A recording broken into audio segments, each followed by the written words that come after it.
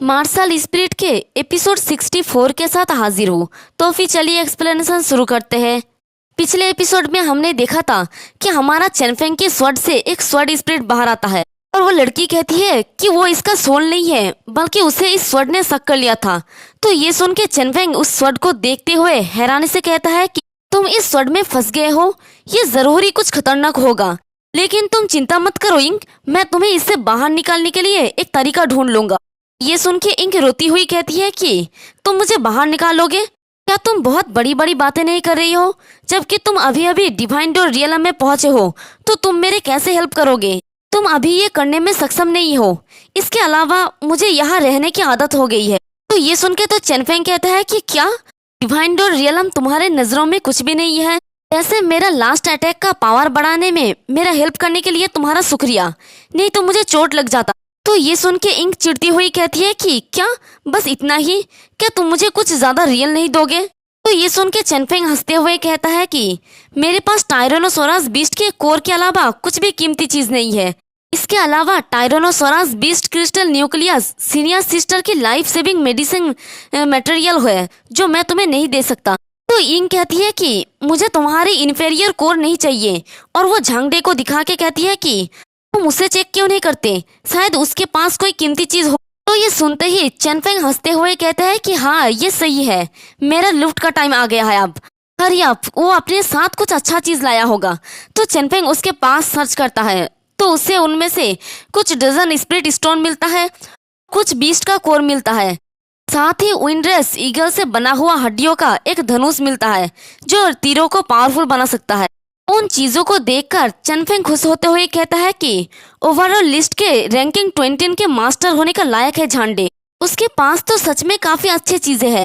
ये सुन के तो इंग मुंह बिगाड़ती हुई कहती है कि छी, क्या तुम सच में इतने छोटे दिमाग वाले पर्सन हो? मैंने तो सोचा था कि यहाँ पर कुछ अच्छा होगा, ये सब तो मेरे लिए बस एक कॉमन चीज है। तो चेनफेंग कहता है कि ठीक है, जबकि तुम्हारे लिए डिवाइन डोर रियलम तुम्हारे नजरों में कुछ भी नहीं है, नहीं लगता है कि तुम यहाँ पर कोई भी कॉमन चीज चाहोगे। तभी उसका नजर एक कम्युनिकेशन स्टोन पर जाता है जिस पर यंग जिंगटियन का नाम लिखा होता है।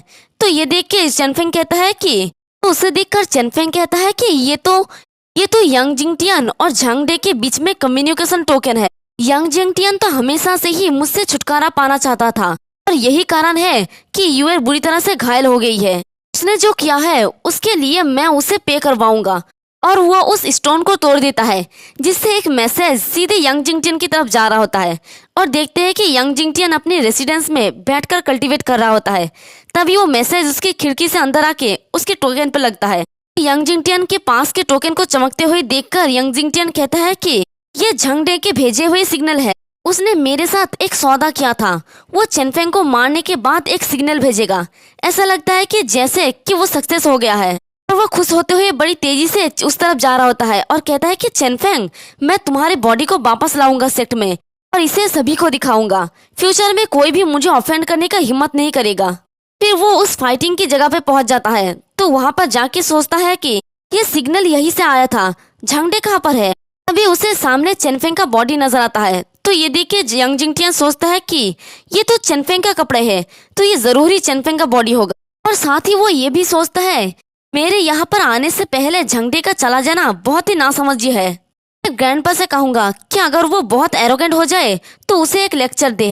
चेनफेंग की बॉडी की तरफ आगे बढ़ते हुए कहता है कि खैर इसे भूल जाओ, मैं पहले चेनफेंग की बॉडी को चेक करूंगा। आशा है कि झंगडे ने उसके फेस को खराब नहीं किया होगा। मैं चाहता हूँ कि हर कोई उसे पहचाने क्योंकि मैं सेट के गेट पर उसका सर लटकाने वाला हूँ।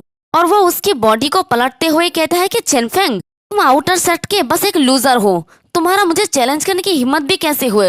तुम्हारे लिए यही सही है। चलो मुझे देखने दो कि मरने से पहले तुम कितने डरे हुए थे। अब तुम बिल्कुल एक मरे हुए कुत्ते की तरह लग रहे हो। और वो हंसते हुए जैसे ही उसकी बॉडी को पलटता है तो उसे चेनफेंग की जगह झांगडे नजर आता है। ये देख के तो यंग जिंगटियन हैरानी से कहते हैं कि क्या झंगडे कैसे हो सकता है? चेनफेंग कहाँ पर है? तभी उसके ठीक पीछे हमारा चेनफेंग आता है और कहता है कि यंग जिंगटियन, क्या तुम मुझे ढूंढ रहे हो? तो उसे फील करते हुए यंग जिंगटियन पीछे मुड़ता है और चेनफेंग को देखकर कहता है कि चेनफेंग, ये कैसे पॉसिबल हो सकता है? तो देखते हैं कि हमारे चेनफेंग ने झांगडे की क्लोथ को पहन लिया होता है और अपने कपड़े को उसे पहना दिया होता है। और सच कहूँ तो चेनफेंग इस वाले क्लोथ में ज्यादा अच्छा दिख रहा होता है। आप लोगों का क्या ख्याल है? और उसे बिल्कुल ठीक देखकर यंग जिंगटियन कहता है कि तुमने ओवरऑल लिस्ट की रैंकिंग 20 नंबर पर झांगडी को मार डाला है, तुमने ये कैसे किया? तो चेनफेंग अपने स्वord को उठा के कहता है कि क्या तुम ये जानना चाहते हो? तो फिर मैं तुम्हें क्यों ना हिल में भेज दूं और तुम वहां पर जाके झांगडे से पूछ लेना। तो ये देख के यंग जिंगटियन काफी ज्यादा घबरा जाता है और कहता है कि रुको रुको, तुम्हें कुछ गलतफहमी हो रहा है, तुम्हें मारने के लिए मैंने उसे नहीं कहा था। तो चेनफेंग कहता है कि अब ये मैटर नहीं करता, तुम्हें आज यहीं पर मरना होगा, और वो अपने ब्लड थंडर किल के साथ उसके ऊपर अटैक कर देता है।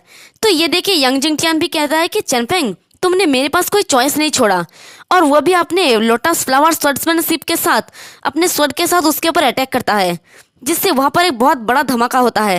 लेकिन उस अटैक की वजह से चेनफेंग को कुछ नहीं होता, बल्कि यंग जिंगटियन घायल होकर दूर जाके गिरता है और कहता है कि ये कैसे पॉसिबल हो सकता है, उसने बस एक ही अटैक के साथ मुझे हरा दिया। तो चेनफेंग अपने स्वord को उसके सामने लाता है और कहता है कि क्या मरने से पहले तुम कुछ कहना चाहते हो? तो अपने मौत को अपने सामने देखकर यंग जिंगटियन तो घबरा जाता है और कहता है कि चेनफेंग तुम मुझे मार नहीं सकते, मेरा ग्रैंडफादर इनर सेट के ग्रैंड एल्डर है, अगर तुमने मुझे सच में मार डाला तो वो तुम्हें कभी भी नहीं छोड़ेगा। तो ये सुन के चेनफेंग कहता है कि मुझे धमकियों से सबसे ज्यादा नफरत है, जबकि तुम अभी कुछ भी नहीं कहने वाले, तो मैं तुम्हें अभी हेल में भेज देता हूँ। तभी कोई दूर से चिल्ला के कहता है कि तुम्हारा हिम्मत भी कैसे हुए लोगों को अपनी इच्छा से मारने की, कमीने, तुम भाड़ में जाओ। और देखते हैं कि ये रेन यूजी होती है।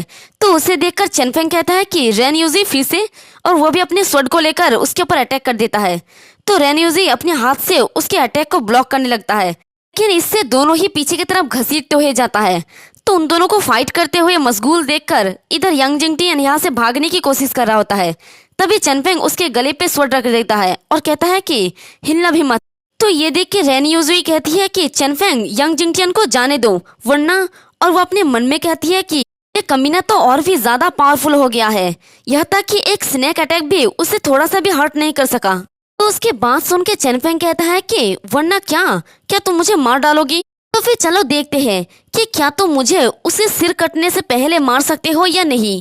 तो उसकी बातों को सुनकर रेनूजी काफी ज्यादा गुस्सा हो रही होती है और अपने मन में कहती है कि वो और भी ज्यादा एरोगेंट होता जा रहा है, मुझे उसकी लाइफ ही यहीं पर खत्म कर देना चाहिए।